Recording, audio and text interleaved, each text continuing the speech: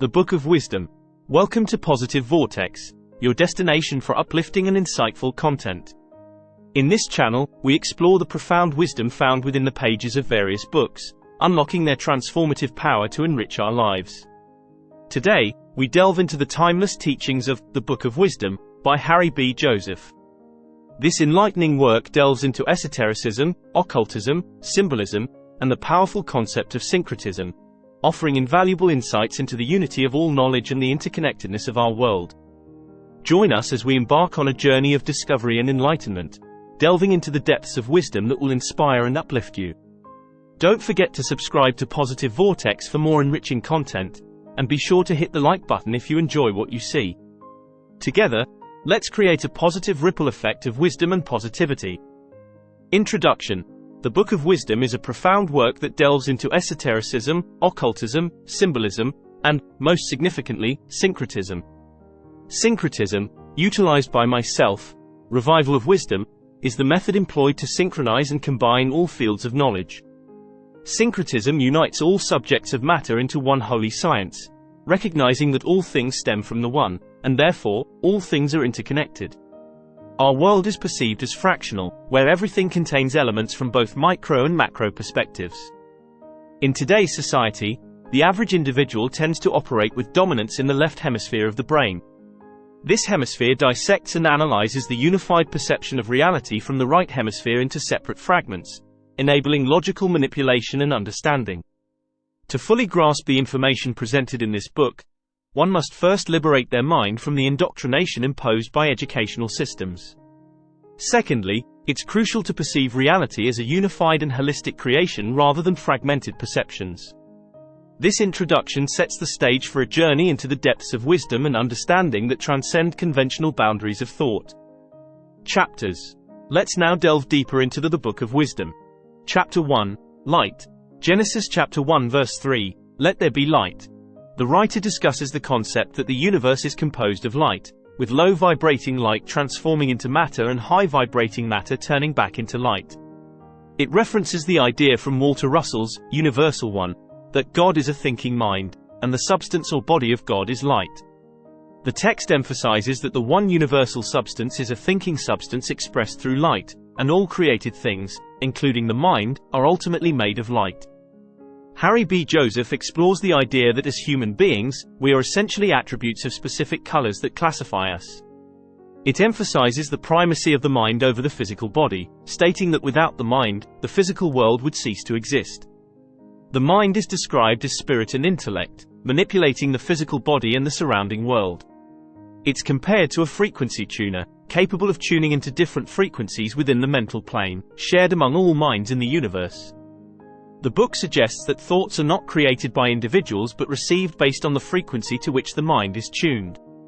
The mind operates on a specific frequency determined by daily thinking patterns, and each frequency is associated with a color. The passage proposes that the mind manifests colors within the astral plane based on its predominant frequency. For example, carrying hate in the mind may manifest reddish colors.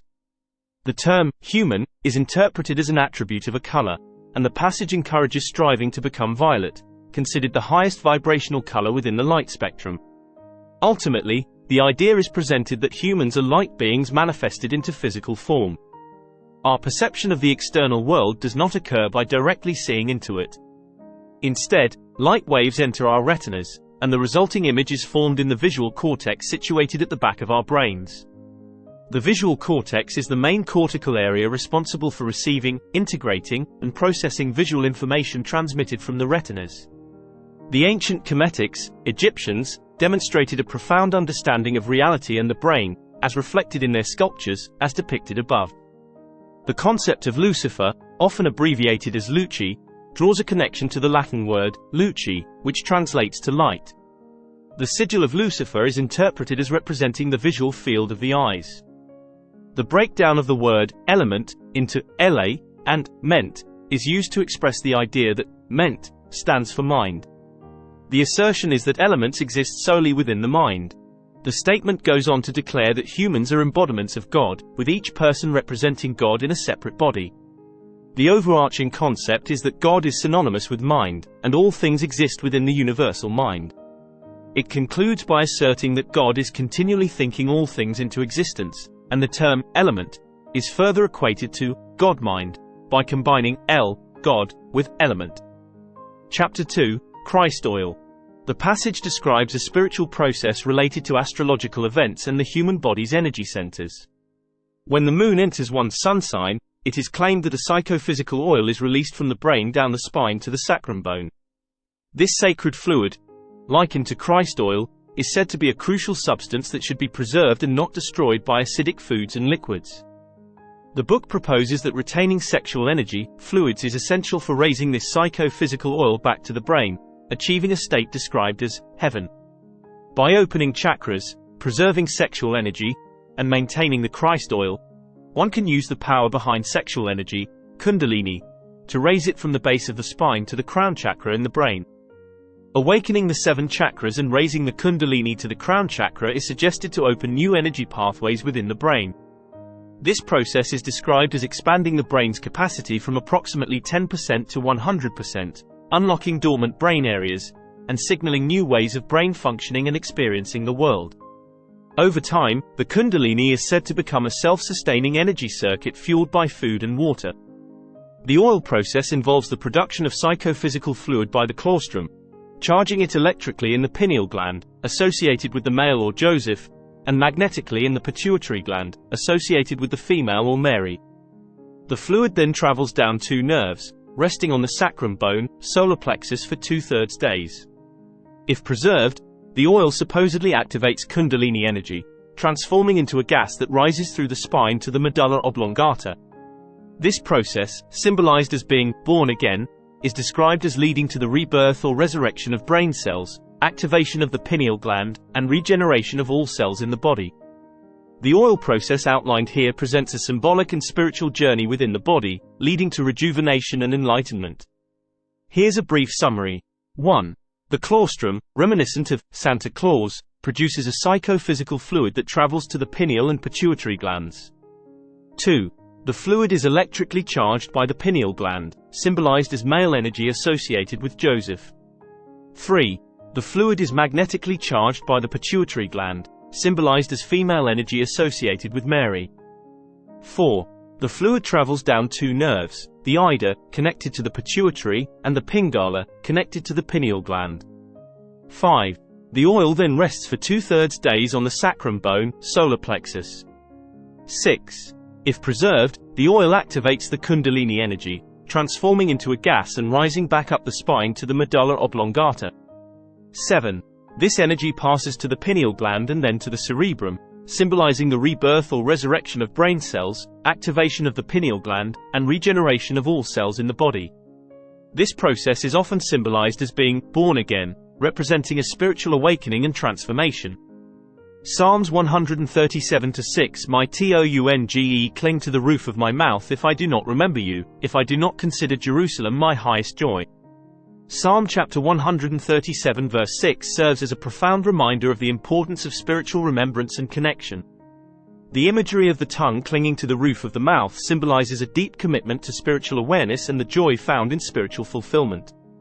In line with this wisdom, raising the sacred oil within requires a holistic approach that nurtures both body and spirit. Here are some key practices. 1. Retain your sexual fluids. Cultivate mindfulness and moderation in sexual energy, channeling it for spiritual growth rather than dissipating it. 2. Consume an alkaline diet. Prioritize foods that support a balanced pH level in the body, promoting overall health and vitality. 3.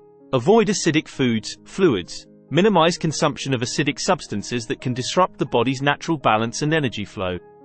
4. Abstain from alcohol. Refrain from consuming alcohol, which can cloud the mind and hinder spiritual clarity. 5. Practice Kundalini meditation. Engage in practices that awaken and harness the powerful energy of Kundalini, fostering spiritual growth and enlightenment. 6.